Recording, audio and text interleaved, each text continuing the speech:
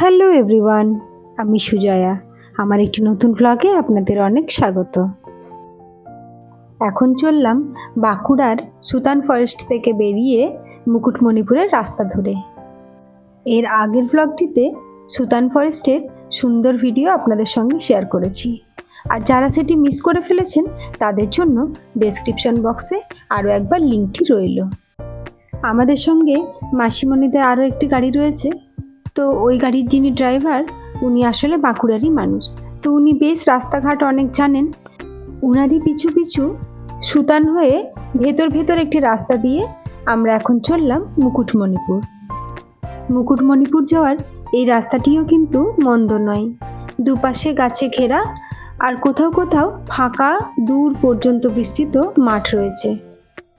আর এই যে কথা বলতে বলতে পৌঁছেই গেছি মুকুটমণিপুর।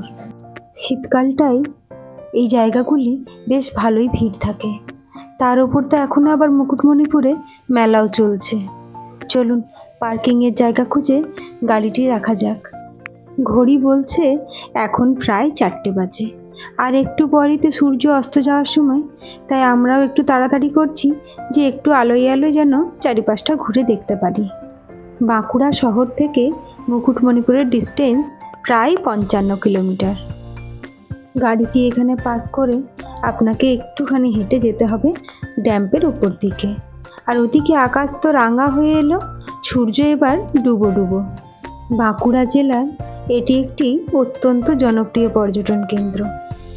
কংসাবতী নদীর ওপর তৈরি এই ড্যাম্পটি ভারতের সবচেয়ে বড় মাটির বাঁধ আর এশিয়ার দ্বিতীয় বৃহত্তম মাটির বাঁধ। এই বাঁধটি প্রায় 11 কিলোমিটার লম্বা, মানে আপনাকে বাঁধের শুরু থেকে শেষ পর্যন্ত যেতে গেলে 11 কিলোমিটার অতিক্রম করতে হবে। এখন তো সিজন চলছে, তাই ড্যাম্পের ওপর পার্সোনাল গাড়ি বন্ধ রয়েছে। টোটোর ব্যবস্থা রয়েছে, আপনি টোটোতে করেই বাঁধের শেষ অবধি ঘুরে আসতে পারেন। আর দেখার জন্য রয়েছে পরেশনাথ মন্দির, আরও একটি কালী মন্দিরও রয়েছে। তবে অন্য সময় এলে, মানে ফাঁকা টাইমে, আপনি নিজস্ব গাড়ি নিয়ে বাঁধটি ঘুরে দেখতে পারেন। তবে আমরা এখন টোটোতে করে আর ঘুরবো না, কারণ সূর্যাস্তের সময় হয়ে এলো, আর আমরা এই সুন্দর দৃশ্যটি এই ড্যাম্পের ওপর থেকে দেখার জন্য এখন বসে রইলাম ধারে। আর বসে থাকতে থাকতে বিকেল গড়িয়ে সন্ধে হয়ে এলো, তাই মনটাও একটু চা করে ডাকছে। আর যেই অমনি ডাকা শুরু করেছে মনটা, আর অমনি দেখি একজন চাওয়ালা পাশ দিয়ে পার হচ্ছে, তো তাকে আর ছাড়া যাবে না। তাই এখন আমরা দাঁড়িয়ে একটু চা খেয়ে নেবো, আর সঙ্গে শরীরটাও একটু গরম করে নেবো, কারণ সন্ধে হয়ে আসছে তো ঠান্ডাটাও এবারে বাড়ছে। এই সুন্দর সূর্যাস্তের দৃশ্যটা উপভোগ করে নিয়ে আপনাদেরকে তো আগেই বললাম যে মুকুটমণিপুরে এখন মেলা চলছে, তো মেলার দিকটাও একবার একটু ঘুরে আসবো।